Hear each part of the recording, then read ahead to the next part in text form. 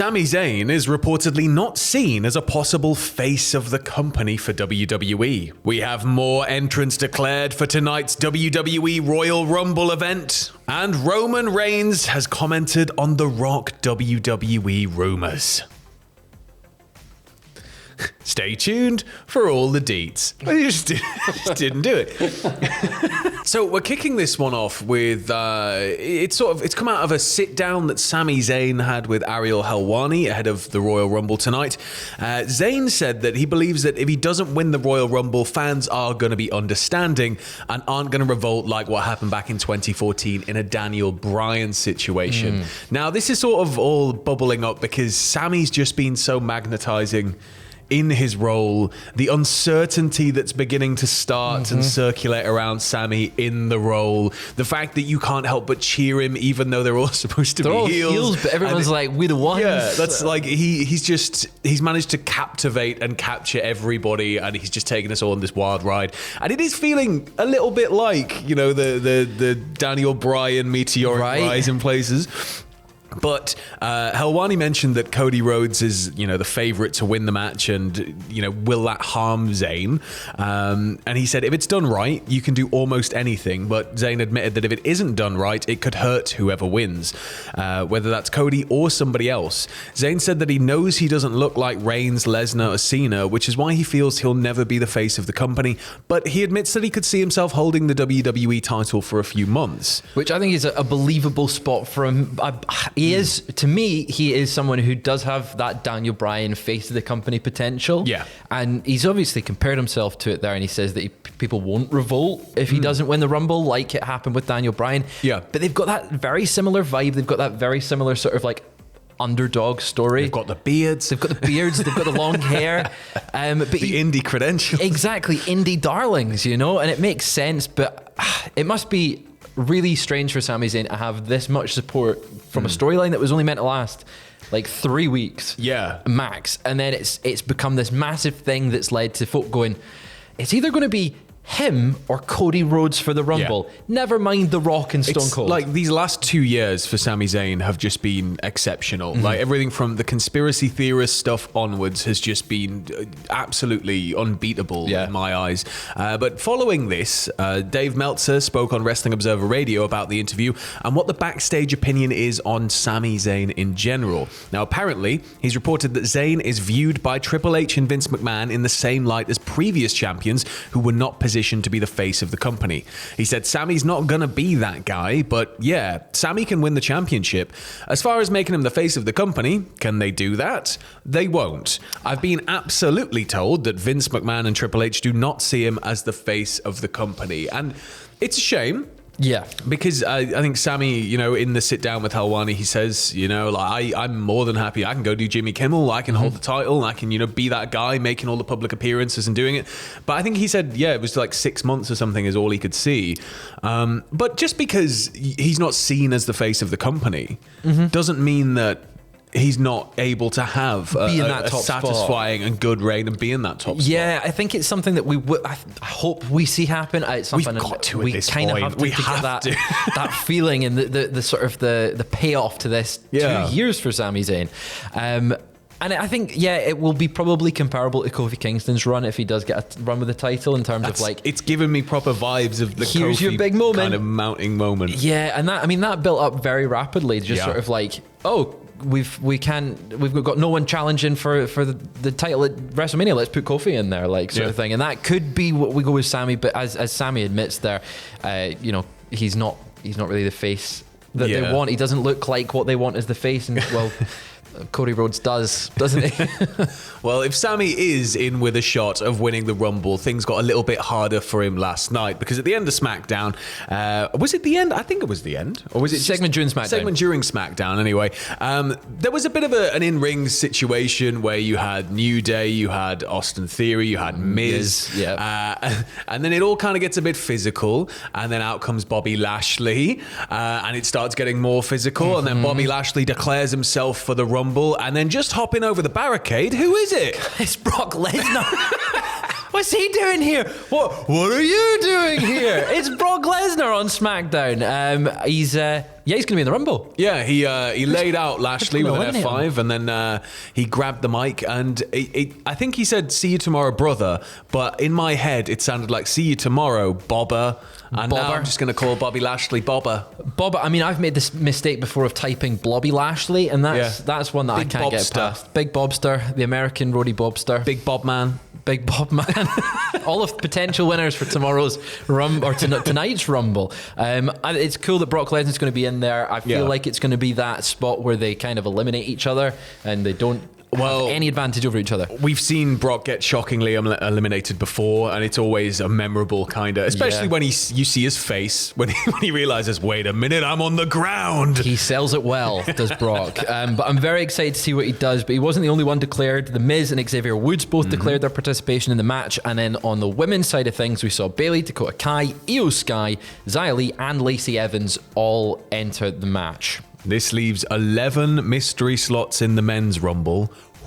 And 18 in the women's Rumble. All of them filled by Kelly. Just out, and then a music immediately she runs up the ramp. Kelly. Back down. Yeah, back in the ring. For the men's Rumble, any mystery entrants that we've not really mentioned? Obviously, the obvious one, Stone Cold, The Rock, possibly. I'd like to see maybe some external talent. Yep, me too. I'd be very interested to see. I'm not sitting here going, oh, the AEW, because it's just not realistic. Or New Japan, probably still isn't realistic. Noah, perhaps. Maybe we could just get a cheeky little appearance from the great Muta. There's someone that sprays some green mist, and I think it is Muta. Just a little appearance from Muta would be nice. That is my sort of big mystery pick for tonight. I think Muta's the call. Get him in the Rumble. It's one big last sort of American hurrah, isn't it? Exactly. Get him in the Rumble. Get him announced for the Hall of Fame. That's what I want. But yeah. Rumble tonight. Well, keeping it with SmackDown, it was announced last night that Charlotte Flair is going to be defending her SmackDown Women's Championship against Sonya Deville on next Friday's SmackDown. That's sure to be a doozy. The match was set up after Deville interrupted Flair's appearance on Ryan Satin's podcast, and then Flair demanded that Adam Pearce make the match for next week, and it was granted. So Sonya's just got to knock her out. Just knock her out, Sonya. Absolutely. You're very passionate.